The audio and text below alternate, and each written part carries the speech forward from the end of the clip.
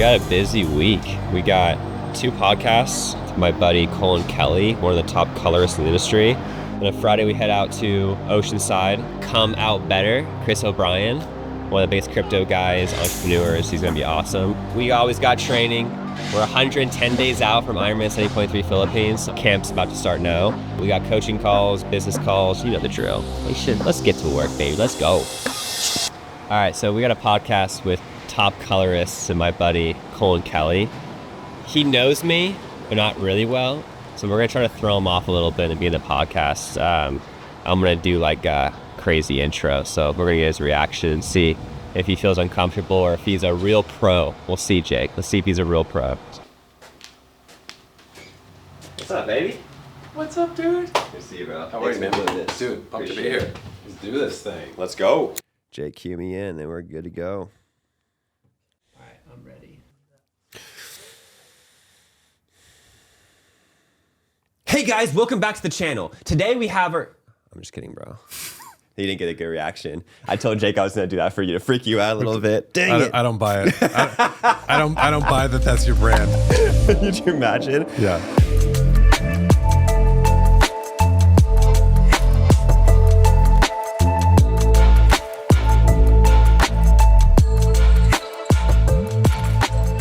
Just that misalignment coming into alignment of being like, no, I'm making choices that are in alignment with like the inner voice telling me what I should and shouldn't be doing. It changed everything. I mean, it changed like macro level. Like that's really like my business and my YouTube channel and all that stuff. Like none of those things would have happened and they didn't even move until I chose to, make those hard decisions. Again, it's the beautiful thing about being a business owner and entrepreneur is when I got into it, I think most people do it this way, is it's about the money. I want to have things, materialistic and everything else.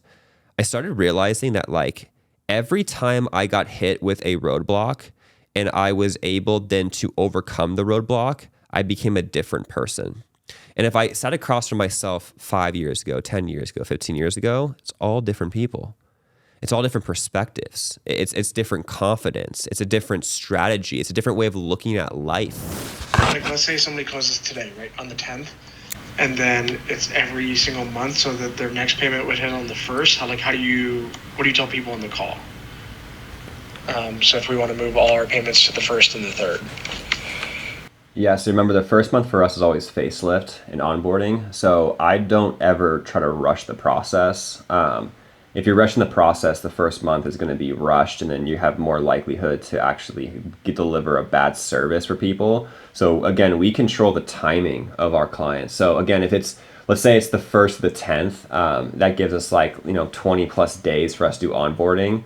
That's going to be enough time for us to get it done. But if it's like the 20th or the 25th, giving your team 10 to 5 days to get this done is just not going to happen. It's going to make your stuff feel rushed. The clients are going to be all pissed off. And so again, control the timing of it. That's the most important thing. And so even if it's later in the month, what we'll do is we'll say, hey, we're starting the contract the next month on the 1st. That way it gives us a full month to do facelift onboarding, no posting. And then we start the second month with posting, so we're ahead. That's actually a good point. So the thing I noticed about most of my students I coach is they make their business way more complicated. So like their payments for their monthly recurring revenue is not on the 1st. If someone signs a contract, they're like, okay, we'll bill you on the 11th every month. And then let's say they go sign somebody up on the 12th, they'll bill them on the 12th every month. And so their income is coming in. Yeah, they can't project versus like my thing is like wire in, wire out. So all of our payments come on the 1st of every month in a bulk. And then when the bulk comes, I know I have that capital.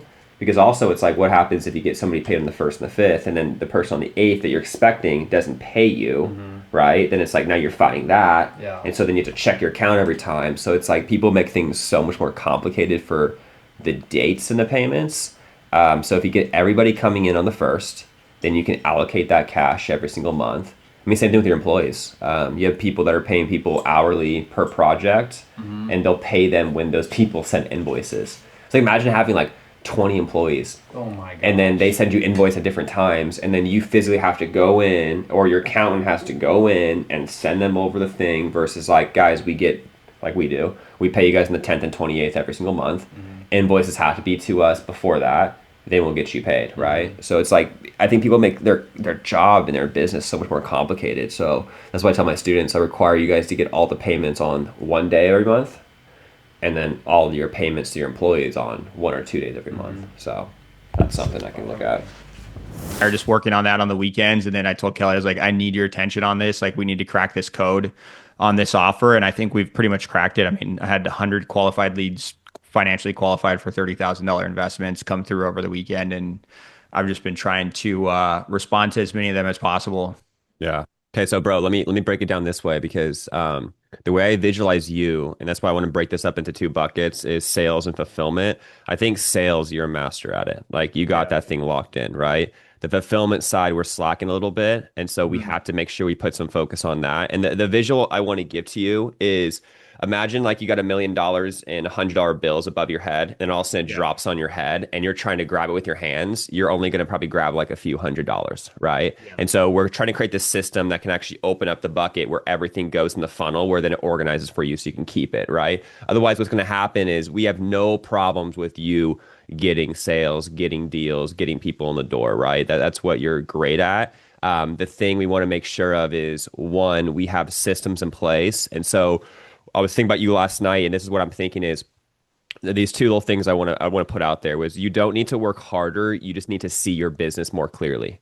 Because then for you, it's like, you know how to work hard. We don't even need to do that. But now it's about working smart, and for you to focus on like, okay, what's the most important thing right now, right? It's hard when things are just all over the board and we don't have clarity on that. The next one is, your job is not to work. Your job is to build the machine that does the work, right? Right now, you're doing a lot of the work, right? And so the test that I do for businesses is, if you were to go on vacation for 2 months and turn off your phone, what would happen to your company? Bro, I couldn't even turn it off for a week. Yeah. You know what I'm saying? So that kind of gives us the stress test of like, okay, let's figure this fulfillment out, because pretty soon we want to make sure the business is the point where you can at least go away for a week. All right. Where are we at? Oceanside, California, pulling up to Cobb's house. Chris O'Brien, our guest today for the podcast. We're going to be talking about crypto, money, wealth, mindset, entrepreneurship.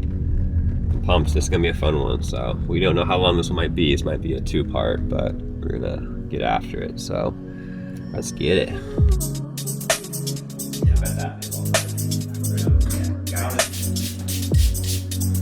What's in there? Just water, but it's Chris O'Brien's water, aka the magic water, which is all natural, baby.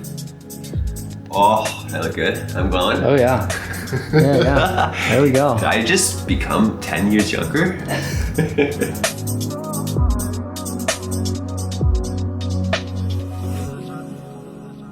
If you go into Chris's office, by the way, it's a mad scientist room. And so next thing you know, I found myself investing in what he told me to invest in. Every single thing he said has come true. A lot of it is propelled by the monetary system we're living in. You know, I started stumbling across big pharma. I started learning about the mainstream media, how the media works. And then I came across the Federal Reserve. And yeah, there was this island apparently that a bunch of elites went to at the time. They called it the Creature from Jekyll Island. And it, lo and behold, turned into something called the Federal Reserve. Everything is resetting to a whole level playing field, with it being in Iran and Iraq near in the Middle East. So these places that have been almost like the last places that the deep state, quote unquote, is trying to turn into a central banking religion, they are not complying. I said there's 2 ships at harbor. One is sinking slowly and another one is about to take off.